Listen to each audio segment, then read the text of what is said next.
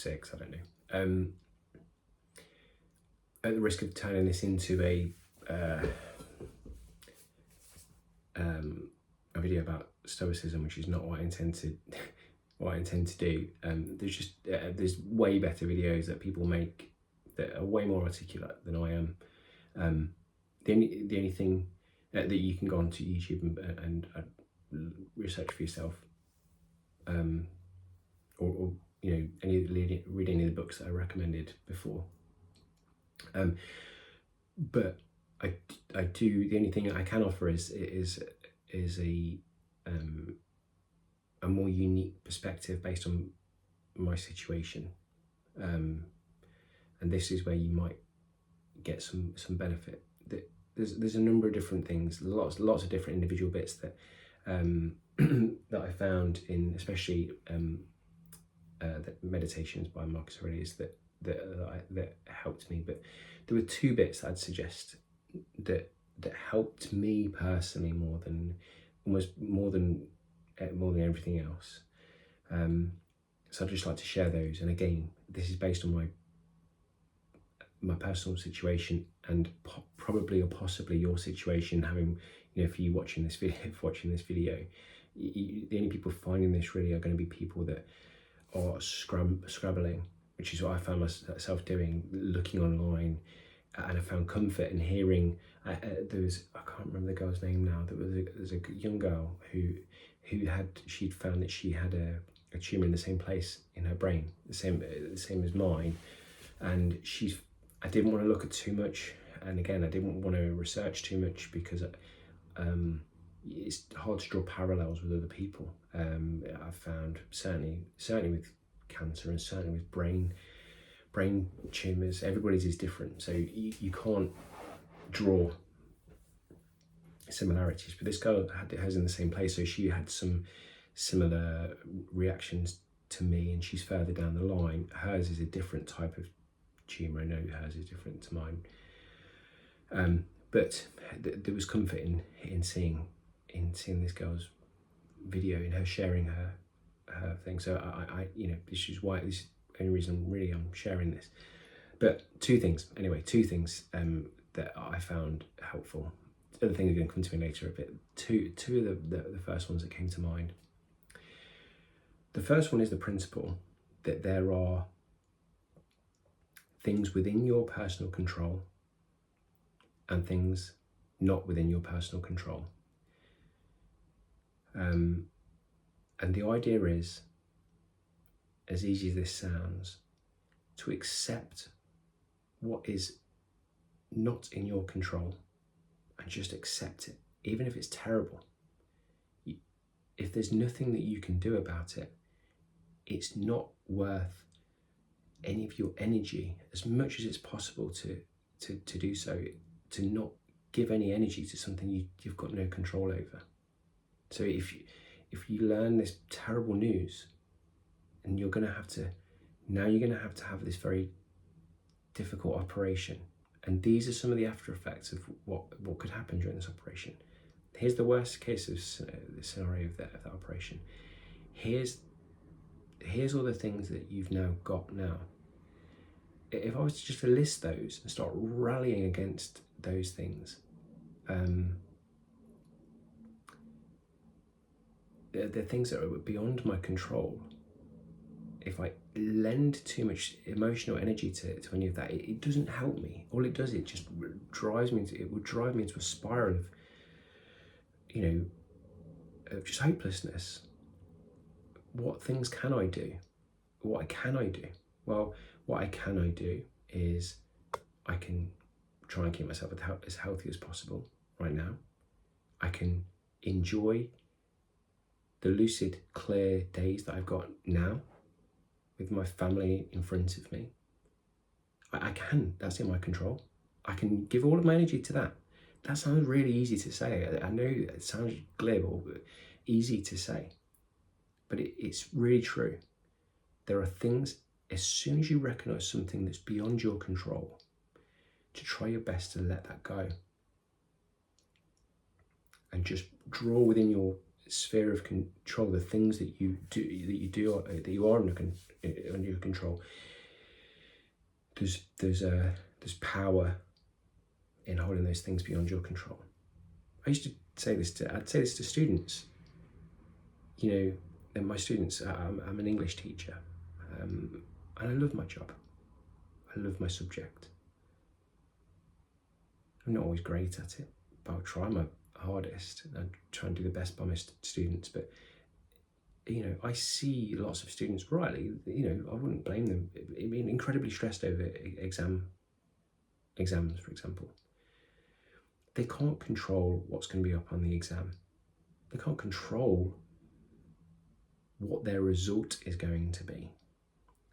But what they can control is their ability. What they can control is their own input. So they can practice exam papers. They can read widely. These are things that you can draw within your own control. I'm not trying to draw equations between exams and medical things, but you can apply this everywhere.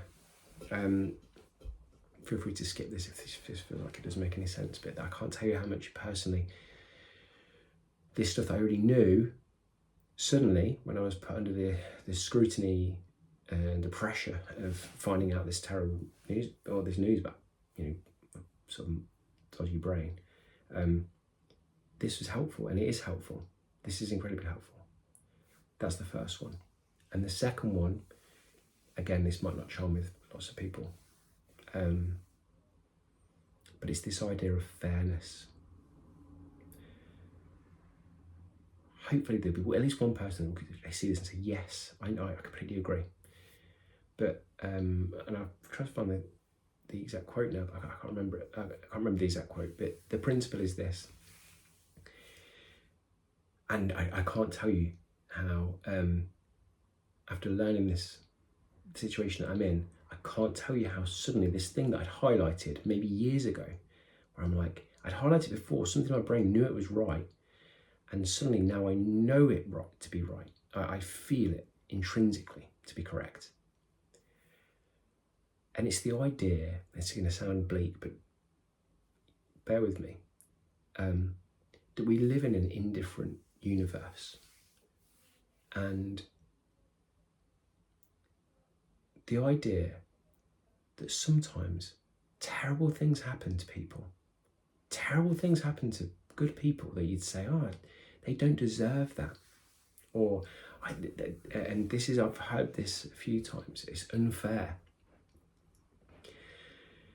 It's just unfair that this happens. This has happened to you.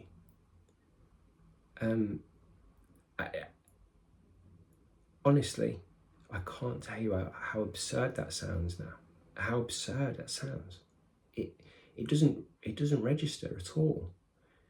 The idea of absurdity, it's absurd rather, sorry, that of unfairness it doesn't compute.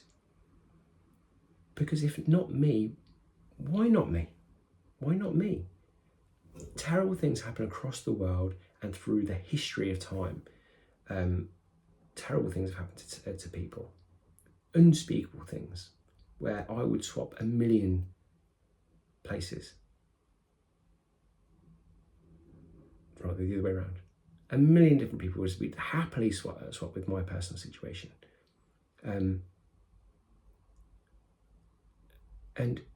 so, genuinely, honestly, the notion to me of unfairness is it doesn't compute.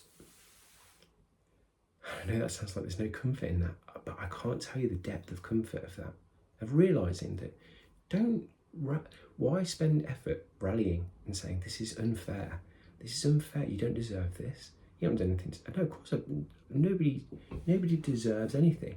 Things just happen.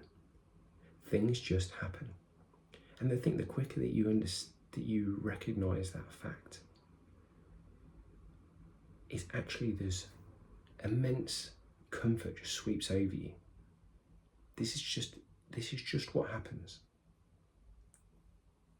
in a slightly different quote elsewhere, he says, he does the equate of like an actor in a play rallying and saying, hang on a minute, I've not played my 5 acts, but some acts are just 3, some plays are just 3 acts long for certain actors, for certain characters, and that's just the fact, that is just what it is. There's a real peace in, there's a genuine, real peace in the idea of accepting that notions of unfairness is silly. It's absurd. I get why people would say it to people. I understand it. I would have said it to people. I would have said it myself at some point. But as soon as you find yourself in this situation, if you understand that there is no fairness, and to accept that, what it then does is it makes every single day, all of the cliche things that are just cliches, but every single day is an absolute cherish. Can something be a cherish? That's not right. You cherish every day. And right now I'm in a weird what's the word? Like a bit of a no man's land, awaiting for an operation that I don't know how it's going to go, followed by treatment that I don't know what it's going to look like, and I don't know what I'm going to be like afterwards. But what I have in my control now is I get to spend my days, apart from my children, they're at school, but I get to spend 100% quality time with them when I'm with them, and my partner, the 3 people I cherish the most in the world, the 3 people who I could have on the day of my initial seizure. I could have been in the car and I could have written my car off and then have been gone straight away, and I wouldn't have had any of these days. I wouldn't have had any of them, and I knew I was fortunate. I was fortunate. Is that because it was fair that I got extra time? No. It's an indifferent universe where things just happen. And if you could understand that before something terrible like this happened to you, and you understood that every single day is not just a given, if you could, there's no way you can learn that. There's no way you can intrinsically learn that until it happens to you. But it would be my recommendation to you. And then all the little things that you otherwise would spend any time worrying about, you realise they're not worth any worry. They're not worth any worry at all. No worry at all. I don't know how clear any of that's been. But I feel really passionate about this. More than anything. If anything, I've been surreptitiously trying to pass on these lessons ever so slightly to my children, so they can at least understand, just planting seeds that might grow over time, that will help them, give them ballast in difficult times. Anyway, okay, thanks a lot if you saw this long. Thank you.